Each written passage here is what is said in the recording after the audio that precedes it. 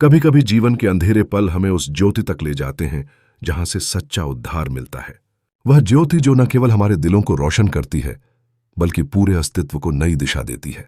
आज हम सुनते हैं एक ऐसी ही कहानी, एक युवक अजय की गवाही जो साधारण जीवन से शुरू होकर चमत्कारों की ऊंचाइयों तक पहुंचती है। यह कहानी है विश्वास की, प्रेम की और उस अनंत कृपा की जो यीशु मसीह हमें प्रदान करते हैं। आइए इस यात्रा में डूबते हैं जहां हर शब्द हमें उस प्रभु की महिमा की याद दिलाता है। अजय का जन्म एक कट्टर धार्मिक हिंदी परिवार में हुआ था। उसके पिता रमेश एक सख्त और परंपरावादी व्यक्ति थे जो हर रोज पूजा पाठ और रीति रिवाजों में डूबे रहते थे। माता सुशीला घर की धुरी थीं जो परिवार को एकजुट रखती थीं और हमेशा धार्मिक अनुष्ठानों में व्यस्त रहती थीं।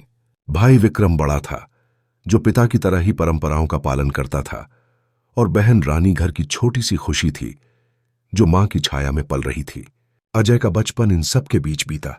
घर में हर सुबह मंत्रों की गूंज होती, शाम को आरती की धुन और त्योहारों में रंग बिरंगी रस्में। लेकिन इन सब के बीच अजय के मन में एक गहरा सवाल हमेशा उठता था, क्या यही सत्य है? क्या इन रीति रिवाजों में वह शांति मिलेगी जो उसका दिल तलाश रहा था? जैसे जैसे अजय बड़ा होता गया उसकी खोज और गहरी होती गई।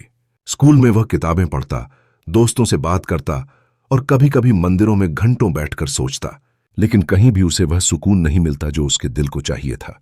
परिवार उसे हमेशा बंधनों में रखता। पिता कहते, बेटा हमारी परंपराएं ही हमारी ताकत हैं, इन्हें छोड़ना मतलब खुद को खोना है। मां उसे प्यार से समझाती, अजय ये रीति रिवाज हमें ईश्वर से जोड़ते हैं, इनमें ही हमारी खुशी है। विक्रम और रानी भी इसी माहौल में बड़े हो रहे थे, लेकिन अजय का मन अलग था। वह रातों को जागकर सोचता, क्या जीवन सिर्फ इन रस्मों तक सीमित है? क्या कोई बड़ा सत्य है जो मुझे पुकार रहा है? फिर एक दिन अजय की जिंदगी में वह मोड़ आया जो सब कुछ बदल देगा। एक दोस्त ने उसे यीशु मसीह के बारे में बताया। पहले तो अजय ने अनसुना कर दिया, लेकिन उत्सुकता ने उसे बाइबल की ओर खींचा। वह चुपके से पढ़ने लगा। यीशु के चमत्कारों की कहानियां, पानी पर चलना, अंधों को दृष्टि देना, मृतकों को जीवित करना, इन सब ने उसके दिल को छू लिया। वह सोचता, यह कैसा प्रेम है, यह कैसी शक्ति है जो पापियों को भी अपनाती है। धीरे धीरे उसके मन में बदलाव आने लगा। वह यीशु की शिक्षाओं को महसूस करने लगा। प्रेम करो, क्षमा करो और सच्चे दिल से प्रार्थना करो। यह उसके लिए नई रोशनी थी, एक ऐसी ज्योति जो उसके अंदर के अंधेरे को दूर कर रही थी। लेकिन यह बदलाव परिवार को पसंद नहीं आया। जब अजय ने घर में यीशु के बारे में बात की तो तूफान आ गया। पिता रमेश गुस्से से लाल हो गए। क्या तू हमारी परंपराओं को ठुकरा रहा है? यह हमारे घर में नहीं चलेगा। मां सुशीला रोने लगी, बेटा तू हमें क्यों दुख दे रहा है? हमने तुझे क्या कमी दी? भाई विक्रम ने उसे डांटा, अजय तू पागल हो गया है, यह सब बाहरी प्रभाव है। बहन रानी चुपचाप देखती रही। उसके चेहरे पर डर था। विरोध बढ़ता गया। परिवार ने उसे रोकने की कोशिश की, पूजा में जबरदस्ती शामिल करना, दोस्तों से दूर रखना, लेकिन अजय का विश्वास मजबूत होता जा रहा था। आखिरकार एक दिन पिता का धैर्य टूट गया।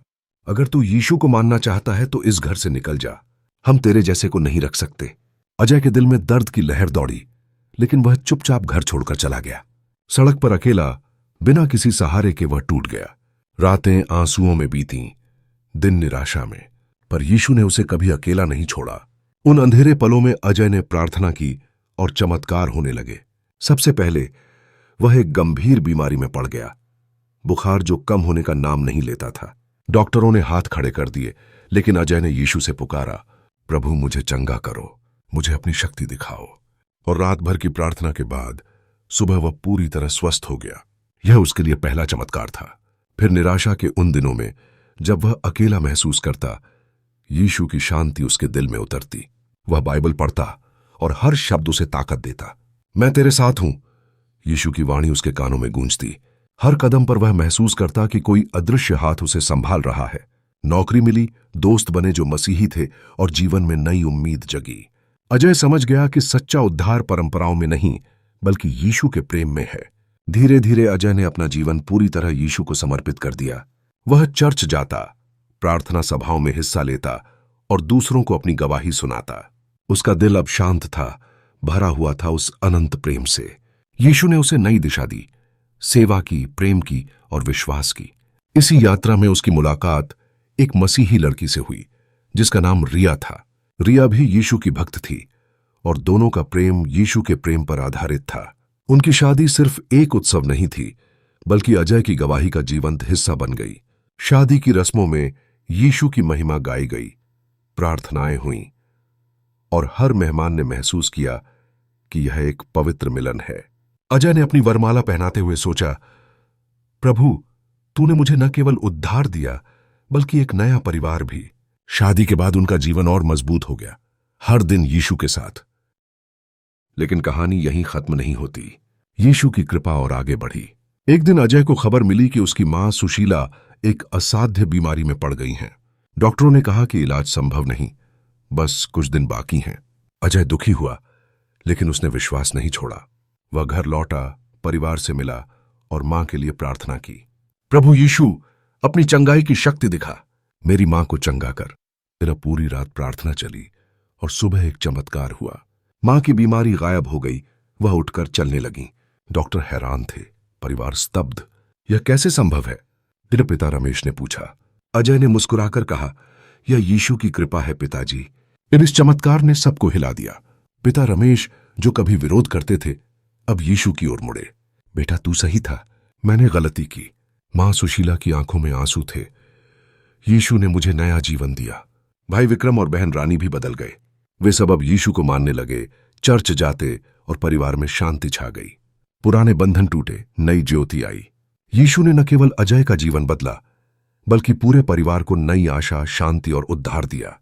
यही है उस प्रभु की महिमा जो हर उस व्यक्ति के जीवन को बदल देता है जो उसे सच्चे दिल से पुकारता है। अगर आप भी जीवन के अंधेरे में हैं, तो यीशु को पुकारिए। वह सुनते हैं, वह चंगा करते हैं, वह उद्धार देते हैं। उनकी कृपा अनंत है, उनका प्रेम अटूट। जय यीशु की।